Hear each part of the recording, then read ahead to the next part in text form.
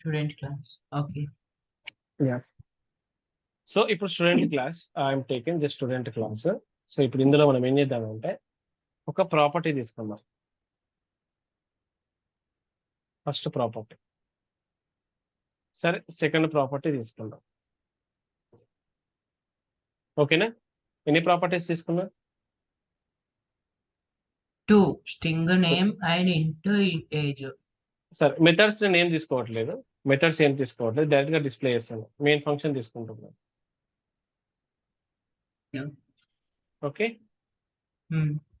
Main function Okay, sir. తీసుకుంటున్నాను. ఇప్పుడు దీనికి మనం ఆబ్జెక్ట్ క్రియేట్ చేద్దాం. Object. Okay, sir. Student N1. Okay, sir. Student. Okay, ఇప్పుడు నేను ఆబ్జెక్ట్ క్రియేట్ చేశాను. Okay, sir. ఇప్పుడు s1 dot age, s1 dot name, మనకు రెండు Name. ప్రాపర్టీస్ మనకు వచ్చేసినాయి. ఓకే, ఇప్పుడు మనం ఏం చేద్దామంటే I told right, so student, ఇది మన స్టూడెంట్ ఈస్ అ కన్స్ట్రక్టర్ అని చెప్పాం. Once again I'm explaining this step. Here student is a constructor. So what is the work of this? Construct. Work ఏంటి అని అంటే దీనిపైన క్లిక్ చేయండి, F3 బటన్ ప్రెస్ చేయండి. The control will goes to where F. The class name. Public అప్పుడు ఏం class. చేస్తుంది, ఇక్కడ ఎన్ని ప్రాపర్టీస్ ఉన్నాయో చెక్ చేస్తుంది. నేమ్, ఏజ్, అంటే సపోజ్ దీనికి ఒక 10 bytes అనుకుందాం, కన్సిడర్ 10 bytes, అండ్ 10 దీనికి ఒక bytes. 4 bytes అనుకుందాం. So 14 bytes of memory Bytes. will be calculated by this constructor, and it will give the information to the new. So it means new operator New. we are using for memory calculation. How much memory you want, so that memory will be assigned to what? S1 object. So Okay, the sir. diagrammatic representation of this is, the diagrammatic representation of this is what the diagrammatic representation of this is, simply the object will be created like this. What's the object name? S1. Object And name this S1. is, yeah, this is divided into how many parts? 2 parts. 2 parts. S1 is the object, so in this it is divided into 2 parts like this. The first one I'm calling it as what? Name. First one name Second one I'm calling it as and what? age. Age. Sir, okay, ఇలా create అయింది sir. Okay fine, బాగానే ఉంది. Okay, it is fine. Okay, so now S1 having, suppose if you observe this blank, now if you observe what this having, what name having, nothing, right? What age Yes, also sir. having? Yeah. Nothing. Just I want to display అమ్మా. ఇప్పుడు నేను ఏమనుకుంటున్నానంటే, ఇప్పుడు మీరు ఇప్పుడు ఇక్కడ చూస్తే student లోపల, అంటే S1 లోపల ఇప్పుడు ఏమున్నాయి మనకి? S1 లోపల S1 లో నేమ్ ఉంది, name S1 ఉంది, లోపల age ఉంది. ఏజ్ ఉంది. ఇప్పుడు ఈ డయాగ్రామ్ చూస్తే నీకు ఏమర్థం అవుతుంది? ఇందులో ఏం లేనట్టే కనిపిస్తుంది కదా, సార్ ఏం లేవు వాల్యూస్. ఏం లేవు కదా. ఒకసారి డిస్ప్లే చేసి చూద్దాం, ఏమొస్తుందో ఆన్సర్ చూద్దాం మనం. Okay, system display out, display చేద్దాం డైరెక్ట్, అసలు ఏముందో దాంట్లో చూద్దాం, ఒక చెక్ చేద్దాం మనం. Okay, S1 dot name, next sys out,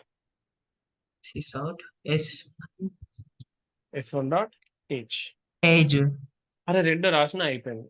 అసలు సార్ మీరు S1 లో మీరు ఆబ్జెక్ట్ క్రియేట్ చేశారు, ఫైన్ బాగానే ఉంది, మెమరీ క్రియేట్ అయింది, ఓకే సార్.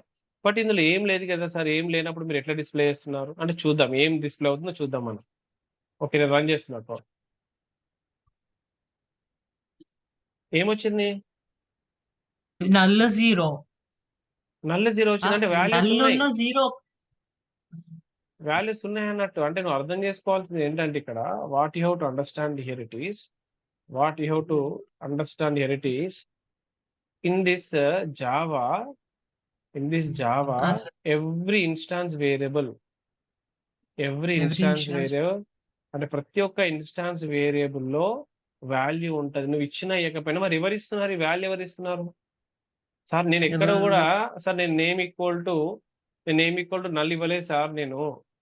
సార్ ఎక్కడ కూడా నేను ఏజ్ ఈక్వల్ టు నేను 0 ఇవ్వలేదు సార్ అని కనిపిస్తుంది కదా. మరి ఎవరు ఇచ్చారు? ఎవరు ఇస్తున్నారు అని అంటే నేను చూపిస్తా ఇప్పుడు. ఎవరిస్తున్నారు అంటే ఇక్కడ 8th లైన్ లో స్టూడెంట్ ఉంది కదా, ఇది క్లిక్ చేయగానే ఎక్కడికి వెళ్తుంది? ఇక్కడ స్టూడెంట్ మీద క్లాస్ వెళ్ళింది కదా, సార్. అందులో ఏమున్నాయి, సార్ అలా ప్రాపర్టీస్ ఉన్నాయి స్ట్రింగ్ కదా. నేమ్ అప్పుడు ప్రాపర్టీస్. అంటే ఈ ఎవరు ఇస్తున్నారు అని అంటే ఇగో డిఫాల్ట్ కన్స్ట్రక్టర్, ఈ కన్స్ట్రక్టర్ ఇస్తున్నమాట. ఆ వర్క్ ఎవరు చేస్తారు, ఈ వర్క్ చేస్తారు, ఎవరు ఇతను చేస్తాడు. డిఫాల్ట్ అర్థమైందా, కన్స్ట్రక్టర్ వాల్యూస్ అతను ఇస్తాడు పైకి సార్. వెళ్ళ యా, ఇప్పుడు ఇది పైకి వెళ్ళి ఇదంతా రీడ్ చేస్తుంది కదా, రీడ్ చేసేటప్పుడు అందులో ఏం వాల్యూ లేకపోతే, ఇందులో ఏం వాల్యూ లేకపోతే, ఫర్ ఎగ్జాంపుల్ ఏబిసి ఉందనుకో, ఏబిసి ఉంటుంది.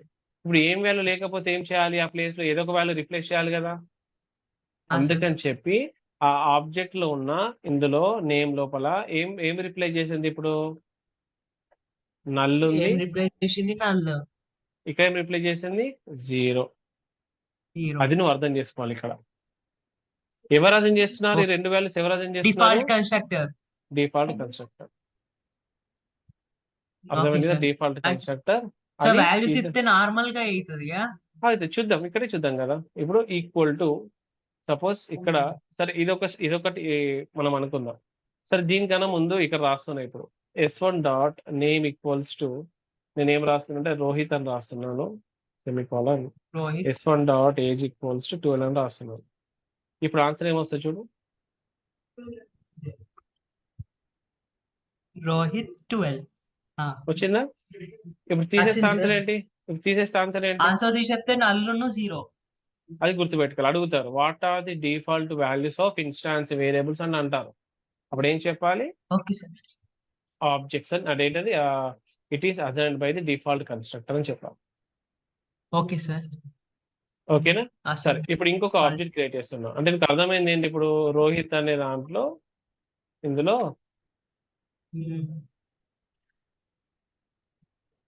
1 సెకండ్. S1 ఇప్పుడు ఇక్కడ ఏమొచ్చింది రోహిత్. ఇన్ఫర్మేషన్, రోహిత్ వచ్చింది. రోహిత్ ఇక్కడ ఏజ్ 12. ఏజ్ 12 అని వచ్చింది. సరే ఇప్పుడు ఇంకొక ఆబ్జెక్ట్ క్రియేట్ చేద్దాం మనం. ఇంకో object student S2 equal to new student. Okay. So ఇప్పుడు ఏం అర్థం చేసుకోవాలి, మళ్ళీ ఇది ఇక్కడ నుంచి పైకి వెళ్తుంది. సో ఇక్కడ ఎన్ని ప్రాపర్టీస్ ఉన్నాయి, 2 ప్రాపర్టీస్ ఉన్నాయి.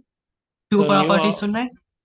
New keyword will allocate the memory to S2. S2 అప్పుడు ఏమవుతుంది, మళ్ళీ సేమ్ ఇక్కడ S2 అని ఇలా 2 ప్రాపర్టీస్ ఉన్నాయి కాబట్టి 2. ఓకే. ఇప్పుడు ఒక డయాగ్రామ్ నేను కొంచెం చిన్నగా చేంజ్ చేస్తాను, చాలా జాగ్రత్త చూడు. ఇప్పుడు నేను చెప్పే టాపిక్ చాలా ఇంపార్టెంట్. తొందరపడి ఫాస్ట్గా వింటే నడవదు, మెల్లిగా వింటాం. ఇది ఒక్క టాపిక్. యాక్చువల్లీ నేను ఇందాక నీకు ఏం చెప్పాను, ఒకటి చెప్తాను, చాలా జాగ్రత్తగా వినండి.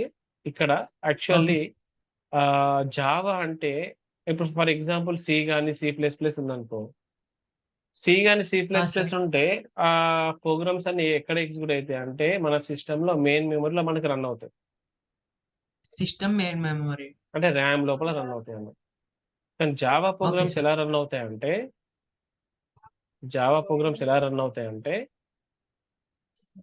ఇందులో మొత్తం అంటే ఎక్కడ స్టోర్ అవుతాయి, ఎక్కడ సార్ X ఈక్వల్ టు ఎక్కడ, రోహిత్ ఎక్కడ స్టోర్ అయింది సార్, 12 ఎక్కడ స్టోర్ అయింది సార్ అని అంటే చూపిస్తాను. ఇక్కడ ఫర్ ఎగ్జాంపుల్ మొత్తం ఇది ఎన్ని పార్ట్స్ గా డివైడ్ అవుతుంది అని అంటే, ఈ డయాగ్రామ్ మొత్తం మళ్ళీ ఇది మనం హీప్ మెమరీకి ఇచ్చేద్దాం. ఓకే, హీప్ మెమరీ, ఇది స్టాక్ మెమరీ, తర్వాత మెటాస్పేస్. సార్ పేరు మెటాస్పేస్. I will write here.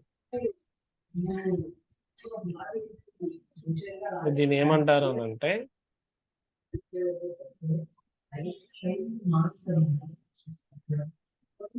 One second, simple గా ఉంటది. ఈ డయాగ్రామ్ చాలా మంచిగా అర్థం కావాలి. మెటాస్పేస్,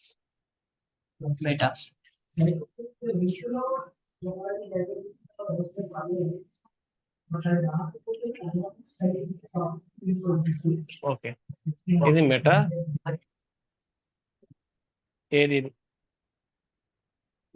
స్పేస్, ఇదేంటి హీప్ మెమరీ,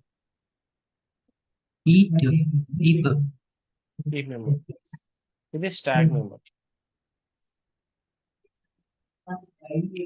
అంటే నేను ఎందుకు చెప్తున్నాను అంటే నువ్వు ఒక కోడ్ రాస్తున్నప్పుడు ఈ కోడ్ రాసావు కదా, ఈ కోడ్ సార్ రాస్తున్నప్పుడు అసలు ఈ కోడ్ రాస్తున్నప్పుడు అసలు ఏం జరుగుతుంది సార్ దీని వెనకాల ఇందాక last class I told about data structures right, single link list గురించి చెప్పాను కదా. సింగిల్ లింక్ సార్ లిస్ట్ మొత్తం డయాగ్రామ్స్ ఎక్స్ప్లెయిన్ చేశాను మీకు నేను, కోడ్ కొంచెమే రాసాం మనం. అవును సార్. సో ఇక్కడ మనం అర్థం చేసుకోవాల్సింది ఏంటంటే ఈ మెమరీ స్ట్రక్చర్ నీకు పర్ఫెక్ట్ గా అర్థం కావాలి. అసలు ఇక్కడ ఏం జరిగింది సార్, ఇక్కడ ఇంకా డెప్త్ కి వెళ్దాం మనం. అసలు ఇక్కడ ఓకే ఏం సార్. జరిగింది సార్, 8th లైన్ ఏం జరిగిందో మనం తెలుసుకుందాం. ఓకేనా. సో ఇప్పుడు నేను ఏమంటున్నానంటే సింపుల్ గా ఇప్పుడు ఈ కోడ్ పక్కడేద్దాం, ఇదంతా తీసేస్తున్నా కోడ్, స్టెప్ బై స్టెప్ వద్దాం మళ్ళీ. ఇదంతా తీసేస్తున్నా, ఇప్పుడు ఇది తీసేసా,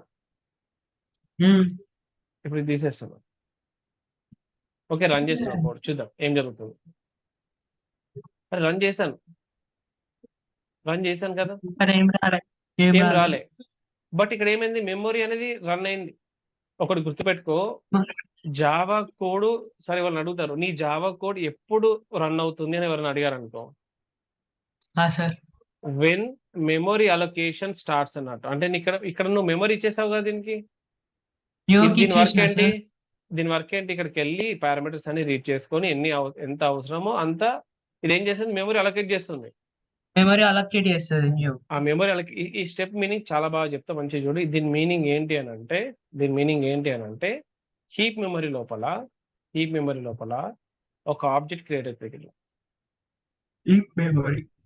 హీప్ మెంబర్. సో ఈ ఆబ్జెక్ట్ యొక్క అడ్రస్ నిన్న మనం తీసుకున్నాం కదా, 65000 అని ఇట్లా తీసుకున్నాం కదా. సో దీనికి ఒక అడ్రస్ క్రియేట్ అవుతుంది. అడ్రస్ ఎంత అంటే X101 అనుకుందాం, ఏదో అడ్రస్ 65000 లాగా. Okay sir. సో ఇప్పుడు ఇక్కడ మనకి ఎన్ని వేరియబుల్స్ ఉన్నాయి అక్కడ, మనకి X101 కదా. సార్ సో X101 లో ఇప్పుడు ఇందేముంది మనకి చెప్పు, నేమ్ ఒకటి ఉంది, నేమ్ ఇంకోటి ఏముంది, తర్వాత ఏజ్, ఇంకోటి ఏజ్ ఉంది మనకి. ఏజ్ ఈక్వల్ టు, కానీ వాల్యూస్ ఏమి ఇవ్వలే, కానీ అడ్రస్ మెమరీలో ఒకటి అవుతుంది, జస్ట్ మెమరీ అలొకేట్ అయింది. సో మెమరీ అలొకేషన్ అంటే నీకు ఏం చెప్పాను, మెమరీ అలొకేషన్ నీకు ఏం చెప్పాను నేను, అందులో డిఫాల్ట్ ఏం స్టోర్ అయితే ఇప్పుడు వాల్యూస్, ఇందులో ఏముంది మనకి నల్ ఉంటుంది, ఇక్కడ 0. ఓకే ఓకే, ఇప్పుడు దీని మీనింగ్ ఇది అన్నట్టు అబ్బా, ఇక్కడ నువ్వు ఏదైతే రాసావో దీని మీనింగ్ ఇది అన్నట్టు. Okay sir. అంటే ఇక్కడ నువ్వు రాసిన, కానీ నల్లును అది 0 రాకుండా ఇప్పుడు ఏం చూపిస్తలేదు అవుట్పుట్. కానీ రాయండి సిస్టమ్ డాట్ ఆర్డర్ ప్రింటర్ ఇక్కడ రాయలే కదా, రాయలేదు సార్, రాయలేదు కదా, రాయనప్పుడు ఎట్లా వస్తుంది, రాలేదు. ఓకే సరే, ఇప్పుడు ఇక్కడ హీప్ మెమరీ రాసాము, హీప్ మెమరీ లోపల మనకు ఇప్పుడు నీకు అర్థమైంది X1 అంటే ఇది మీనింగ్ ఏంటి అంటే ఒక మెమరీ క్రియేట్ చేసింది, ఆ మెమరీ లోపల ఈ రెండు వాల్యూస్ అరేంజ్ చేసింది, అయిపోయింది కదా వర్క్. ఇప్పుడు ముందు ఇక్కడ నువ్వు ఏం రాసావు, ఈక్వల్ టు S1 అన్నావు, ఇక్కడ ఇట్లా రాసావు కదా. దీని మీనింగ్ ఏంటి అని అంటే, దీని మీనింగ్ ఏంటంటే మంచిగా చెప్తాను నేను, ఇక్కడ స్టాక్ మెమరీ ఉంది కదా, స్టాక్ మెమరీ ఎలా ఉంటుంది అంటే లాస్ట్ ఇన్ ఫస్ట్ అవుట్ లాగా ఉంటుంది. అంటే దీని గురించి ఇంకా డీప్ గా తర్వాత చెప్తా నేను, ఇంకా డీప్ గా చెప్తా దీని గురించి. ఇలా ఉంటుంది అన్నట్టు, ఇట్లా 1 by 1 ఇట్లా. ఓకే సార్, ఇట్లా క్రియేట్ అవుతుంది అన్నట్టు. ఇప్పుడు ఇక్కడ నువ్వు క్రియేట్ చేసిన వేరియబుల్స్ ఏంటి, S1. So one more important point ఏంటంటే హీప్ మెమరీ లోపల అసలు మనం ఏం స్టోర్ చేస్తాం సార్ అని అంటే, ఏం స్టోర్ చేస్తామంటే ఇక్కడ మనం హీప్ మెమరీ లోపల ఏమేమి స్టోర్ చేస్తామంటే ఆబ్జెక్ట్స్ స్టోర్ చేస్తాం ఇక్కడ, ఆబ్జెక్ట్ తర్వాత అరేస్, తర్వాత స్ట్రింగ్స్ స్టోర్ చేస్తాం ఇక్కడ. ఇవన్నీ తర్వాత చెప్తాను మీకు నేను, అరేస్ స్ట్రింగ్స్ ఇవన్నీ తర్వాత చెప్తాను. మన టాపిక్ ఆబ్జెక్ట్స్ కదా. సో ఇది ఆబ్జెక్ట్ అన్నట్టు, ఇది ఆబ్జెక్ట్ యొక్క రిఫరెన్స్, ఇది రిఫరెన్స్ అంటే అడ్రస్ అన్నట్టు. స్టాక్ మెమరీలో మనం ఏం స్టోర్ చేస్తామంటే స్టాక్ మెమరీ లోపల లోకల్ వేరియబుల్ స్టోర్ చేస్తాం, local variables like methods, some methods will store here. Okay sir. అక్కడ వేరియబుల్స్ అంటే ఏంటంటే ఇక్కడ సపోజ్ ఇప్పుడు ఇక్కడ S1 ఉంది, సపోజ్ ఇది తీసేద్దాం మనం, ఇది లేదనుకుందాం. అప్పుడు ఏమవుతుంది, S1 అనేది నార్మల్ గా ఒక వేరియబుల్ అంతే, ఇక్కడ రాస్తున్నాం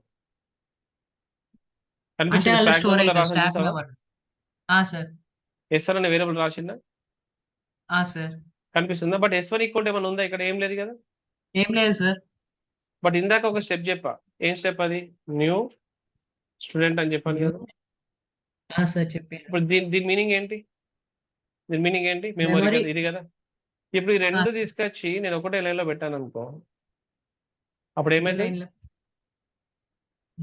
అప్పుడు ఏమవుతుంది అంటే ఈ ప్లేస్ లోపల ఆ అడ్రస్ వస్తుంది అన్నట్టు. ఓకే. ఈ మెమరీలో ఉన్న అడ్రస్ స్టాక్ మెమరీలోకి వస్తది.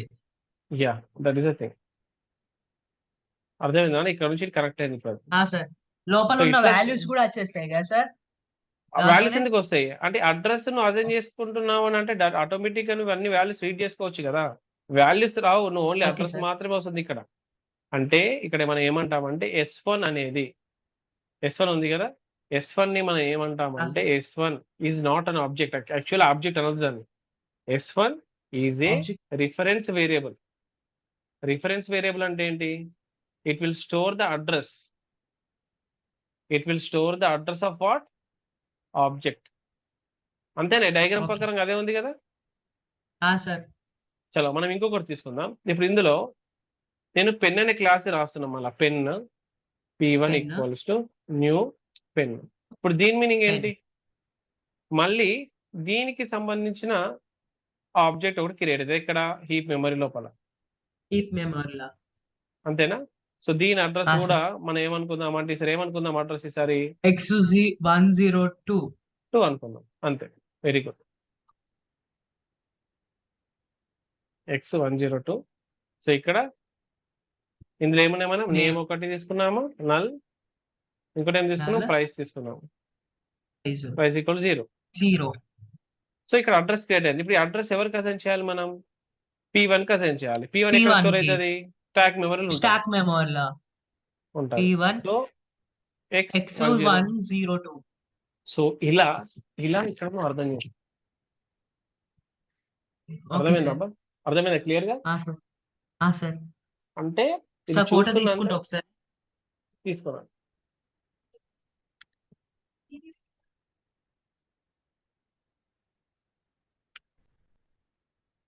ఈ మెటా స్పేస్, తీసుకుంటా. అరేస్, స్ట్రింగ్స్ ఇవన్నీ మనం తర్వాత చూద్దామండి.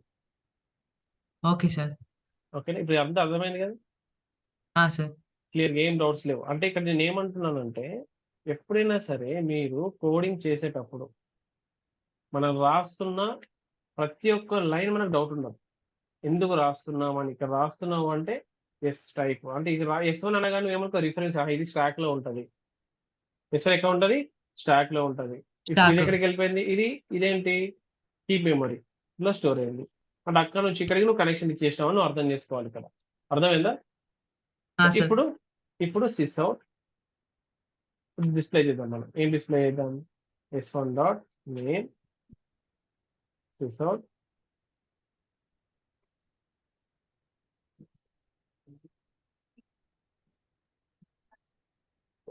println. అర్థమైందా? ఇప్పుడు దీన్ని రన్ చేస్తే మనకు ఆన్సర్ సార్. ఏమొస్తుంది? Null Null 0. 0. 0. అర్థమైందా? Sir.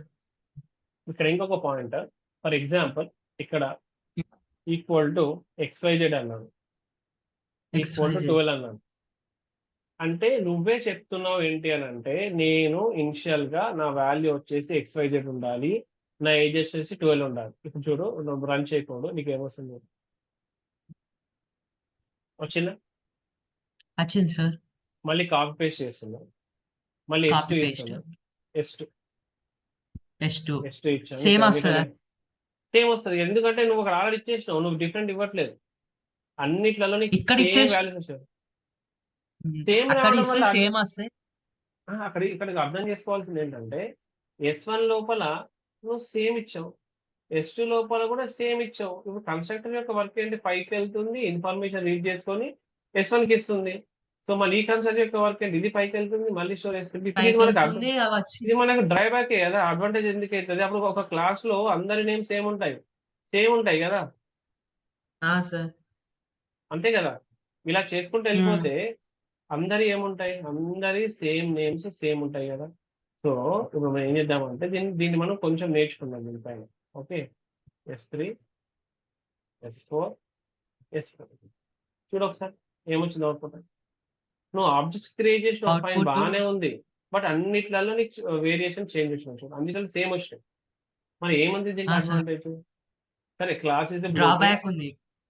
Class is blueprint. ఈ బ్లూ ప్రింట్ మనం ఆబ్జెక్ట్ 1కి ఆబ్జెక్ట్ 2కి ఆబ్జెక్ట్ 3కి మనం ఇచ్చేసాం కదా, ఓకే ఫైన్, బట్ ఇది కరెక్ట్ కాదు. సో అప్పుడు మనం ఏం చేయాలి, ఇది తీసేసి ఇది కూడా తీసేసి ఇక్కడ తీసేసి ఏం చేయాలి ఇక్కడ, అలా కాకుండా మనం ఏం చేయాలి, ఒక్కొక్క దానికి ఇండివిజువల్గా వాల్యూస్ ఇవ్వాలి మనం. ఇట్లా s1 dot name equals to ABC, తర్వాత s1 dot age equals to age equal to so s1 అయిపోయింది, s1కి ఇచ్చేసాం, డిస్ప్లే చేద్దాం. తర్వాత చూడు S2 కూడా ఇప్పుడు సేమ్ సార్. ఇప్పుడు మళ్ళీ దీన్ని ఎగ్జిక్యూట్ చేద్దాము. ఇప్పుడు ఏమొచ్చింది ఆన్సర్ చూడు, null 12 null 0 null 0 null 0. Okay sir. వచ్చిందా? కానీ ఇక్కడ నల్ ఎందుకు వచ్చింది, ఇక్కడ సార్ value నల్ రావాలి ఎందుకు కదా. వచ్చింది? ఏబిసి రావాలిగా. అదే నల్ ఎందుకు వచ్చింది మనకి, s1 dot name equal to ABC. Okay first display చేసాను, తర్వాత డిస్ప్లే చేయాలి. ఇప్పుడే కరెక్ట్ వస్తుంది చూడు,